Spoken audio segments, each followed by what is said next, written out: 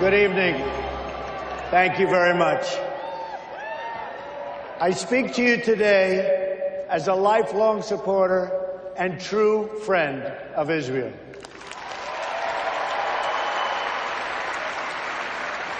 I'm a newcomer to politics, but not to backing the Jewish state.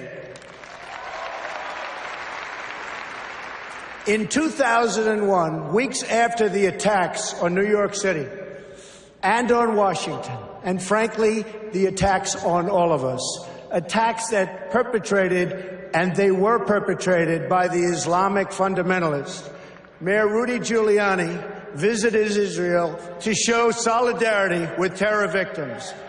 I sent my plane because I backed the mission for Israel 100%.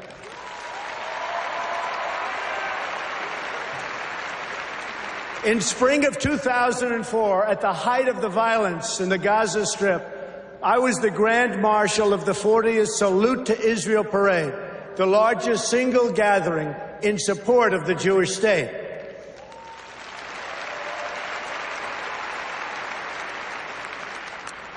It was a very dangerous time for Israel and, frankly, for anyone supporting Israel. Many people turned down this honor. I did not. I took the risk, and I'm glad I did.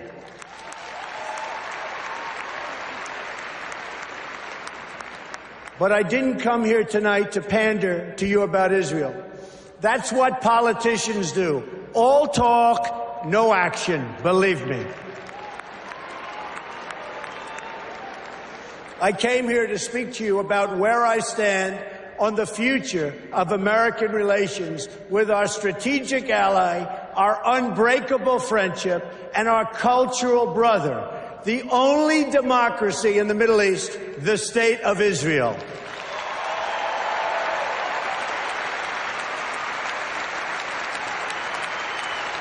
Thank you. My number one priority is to dismantle the disastrous deal with Iran.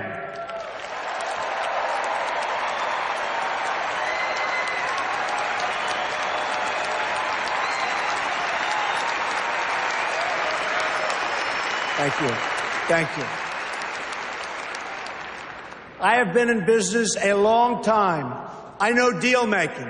And let me tell you, this deal is catastrophic for America, for Israel, and for the whole of the Middle East.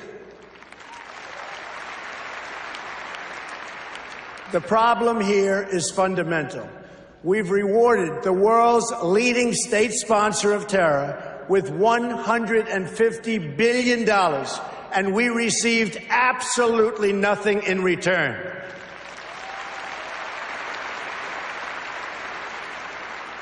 I've studied this issue in great detail, I would say actually greater by far than anybody else. Believe me. Oh, believe me. And it's a bad deal. The biggest concern with the deal is not necessarily that Iran is going to violate it, because already, as you know, it has. The bigger problem is that they can keep the terms and still get the bomb by simply running out the clock. And of course, they'll keep the billions and billions of dollars that we so stupidly and foolishly gave them.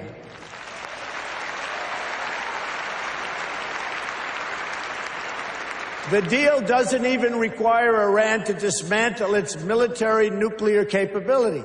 Yes, it places limits on its military nuclear program for only a certain number of years. But when those restrictions expire, Iran will have an industrial-sized military nuclear capability ready to go and with zero provision for delay, no matter how bad Iran's behavior is. Terrible, terrible situation that we are all placed in, and especially Israel.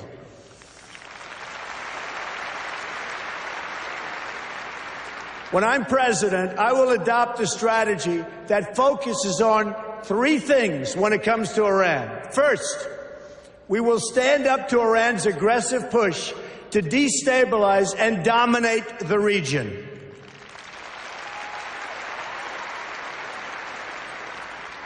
Iran is a very big problem and will continue to be. But if I'm not elected president, I know how to deal with trouble. And believe me, that's why I'm going to be elected president, folks.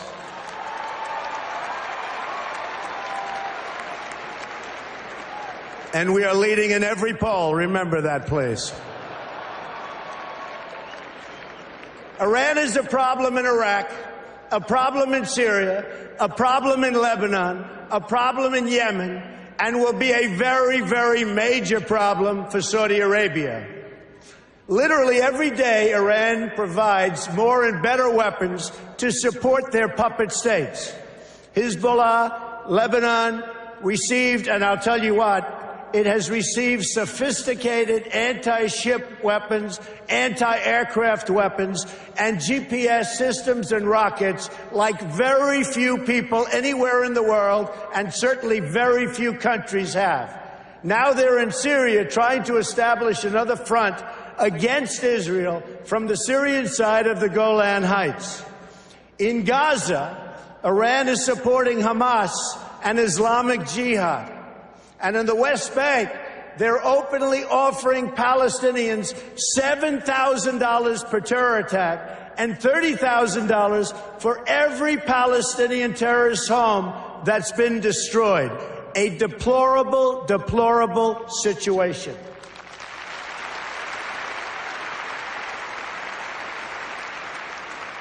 Iran is financing military forces throughout the Middle East, and it's absolutely incredible that we handed them over $150 billion to do even more toward the many horrible acts of terror.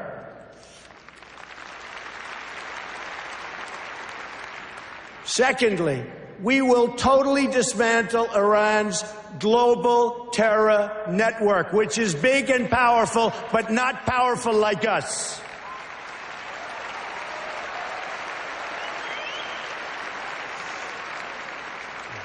Iran has seeded terror groups all over the world. During the last 5 years, Iran has perpetuated terror attacks in 25 different countries on 5 continents. They've got terror cells everywhere, including in the Western Hemisphere, very close to home.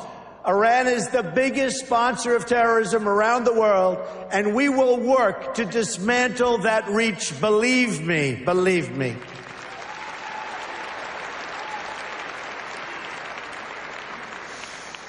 Third, at the very least, we must enforce the terms of the previous deal to hold Iran totally accountable, and we will enforce it like you've never seen a contract enforced before, folks.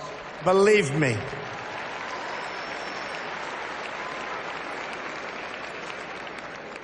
Iran has already, since the deal is in place, test-fired ballistic missiles 3 times. Those ballistic missiles, with a range of 1,250 miles, were designed to intimidate not only Israel, which is only 600 miles away, but also intended to frighten Europe and someday maybe hit even the United States. And we're not going to let that happen. We're not letting it happen, and we're not letting it happen to Israel, believe me.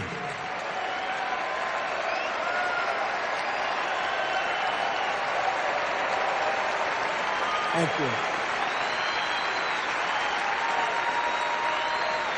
Thank you. Do you want to hear something really shocking? As many of the great people in this room know, painted on those missiles in both Hebrew and Farsi were the words, "Israel must be wiped off the face of the earth." You can forget that.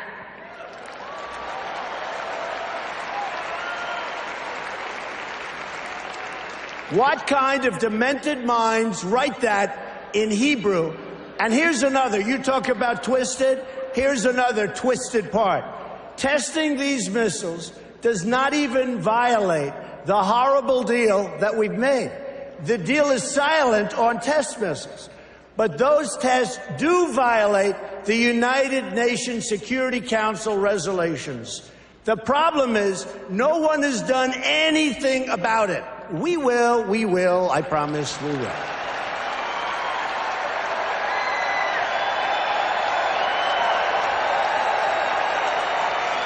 Thank you.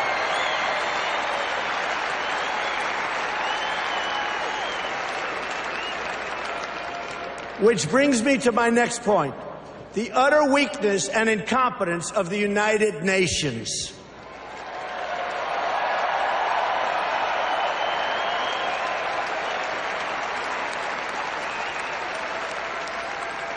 The United Nations is not a friend of democracy. It's not a friend to freedom. It's not a friend even to the United States of America, where, as you know, it has its home. And it surely is not a friend to Israel.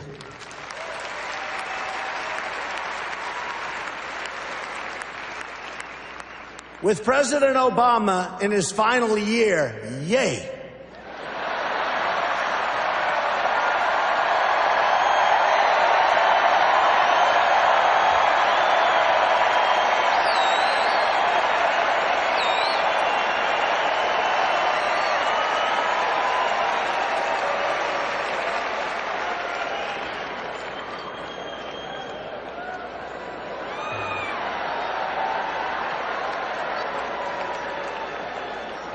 He may be the worst thing to ever happen to Israel, believe me. Believe me. And you know it better than anybody.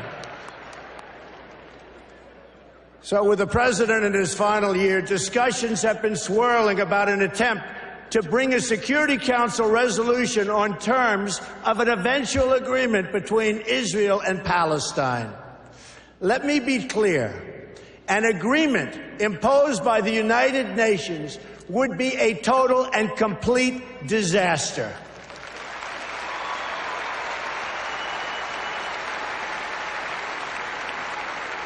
The United States must oppose this resolution and use the power of our veto, which I will use as president 100%.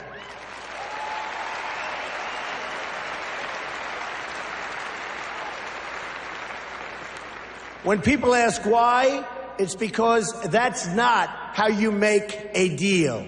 Deals are made when parties come together. They come to a table and they negotiate.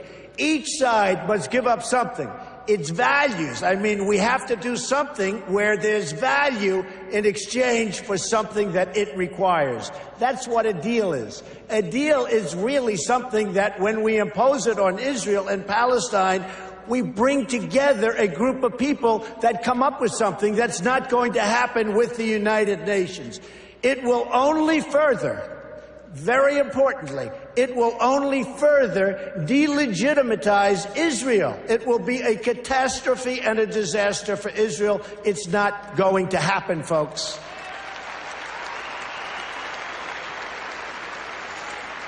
And further, it would reward Palestinian terrorism, because every day they're stabbing Israelis and even Americans. Just last week, American Taylor Allen Force, a West Point grad, phenomenal young person who served in Iraq and Afghanistan, was murdered in the street by a knife-wielding Palestinian. You don't reward behavior like that. You cannot do it.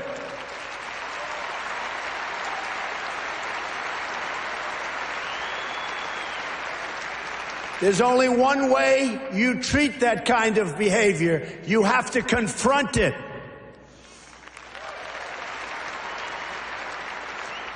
So it's not up to the United Nations to really go with a solution. It's really the parties that must negotiate a resolution themselves. They have no choice. They have to do it themselves, or it will never hold up anyway. The United States can be useful as a facilitator of negotiations, but no one should be telling Israel that it must be, and really that it must abide by some agreement made by others thousands of miles away that don't even really know what's happening to Israel, to anything in the area. It's so preposterous. We're not going to let that happen.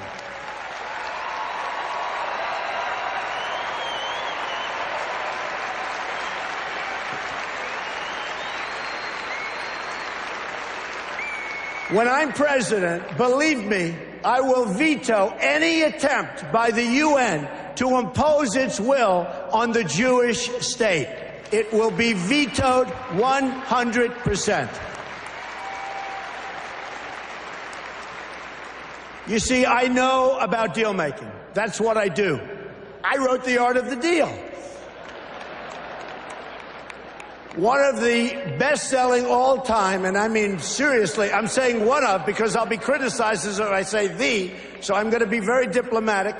One of, I'll be criticized. I think it is number one, but why take a chance? One of the all-time best-selling books about deals and deal-making.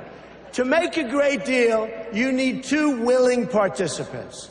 We know Israel is willing to deal. Israel has been trying. That's right. Israel has been trying to sit down at the negotiating table without preconditions for years. You had Camp David in 2000, where Prime Minister Barak made an incredible offer, maybe even too generous. Arafat rejected it. In 2008, Prime Minister Olmert made an equally generous offer. The Palestinian Authority rejected it also. Then John Kerry tried to come up with a framework, and Abbas didn't even respond, not even to the Secretary of State of the United States of America. They didn't even respond. When I become president, the days of treating Israel like a second-class citizen will end on day one.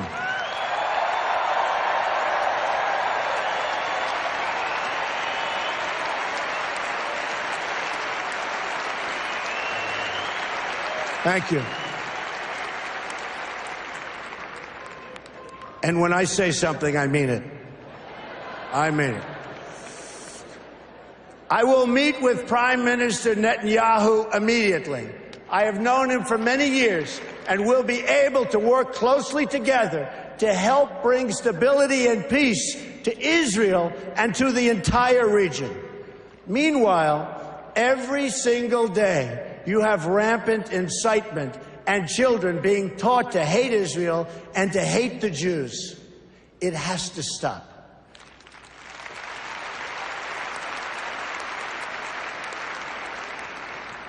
When you live in a society where the firefighters are the heroes, little kids want to be firefighters. When you live in a society where athletes and movie stars are the heroes, little kids want to be athletes and movie stars. In Palestinian society, the heroes are those who murder Jews. We can't let this continue. We can't let this happen any longer. You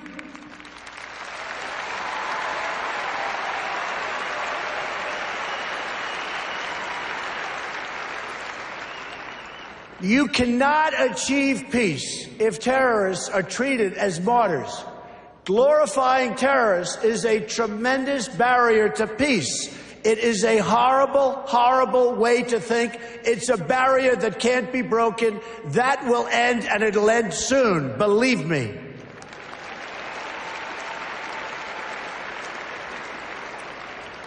In Palestinian textbooks and mosques, you've got a culture of hatred that has been fermenting there for years, and if we want to achieve peace, they've got to go out and they've got to start this educational process. They have to end education of hatred. They have to end it, and now.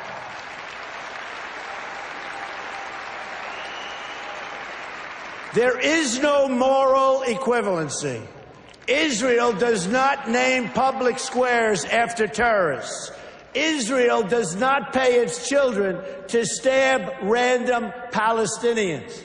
You see, What President Obama gets wrong about deal-making is that he constantly applies pressure to our friends and rewards our enemies.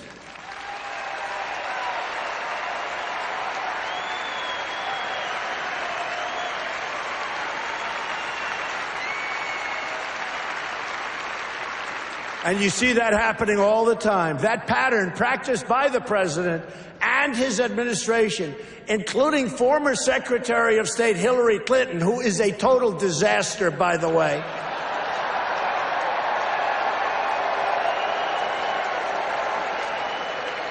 She and President Obama have treated Israel very, very badly.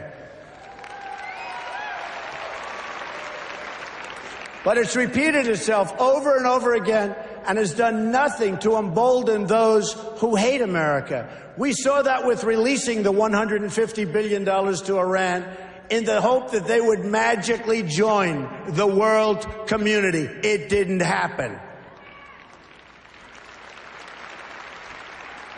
President Obama thinks that applying pressure to Israel will force the issue, but it's precisely the opposite that happens.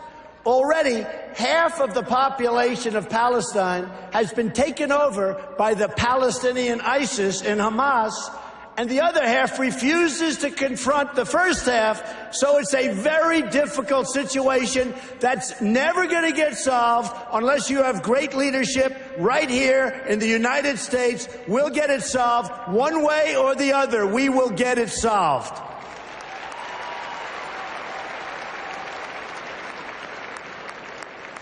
But when the United States stands with Israel, the chances of peace really rise, and rises exponentially. That's what will happen when Donald Trump is president of the United States.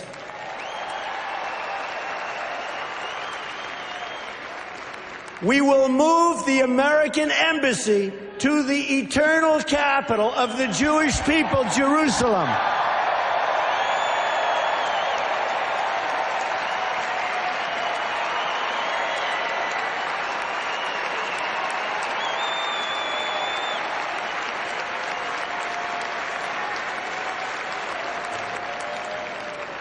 And we will send a clear signal that there is no daylight between America and our most reliable ally, the State of Israel.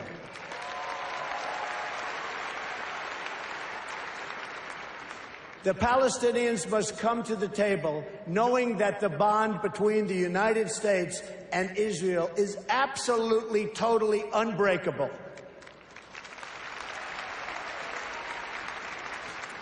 They must come to the table willing and able to stop the terror being committed on a daily basis against Israel. They must do that.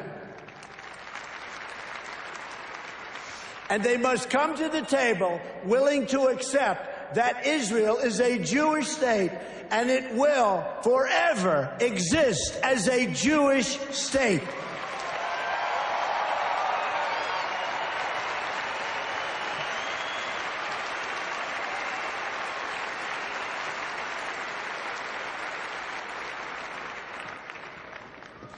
I love the people in this room. I love Israel. I love Israel. I've been with Israel so long in terms of I've received some of my greatest honors from Israel. My father before me, incredible. My daughter Ivanka is about to have a beautiful Jewish baby.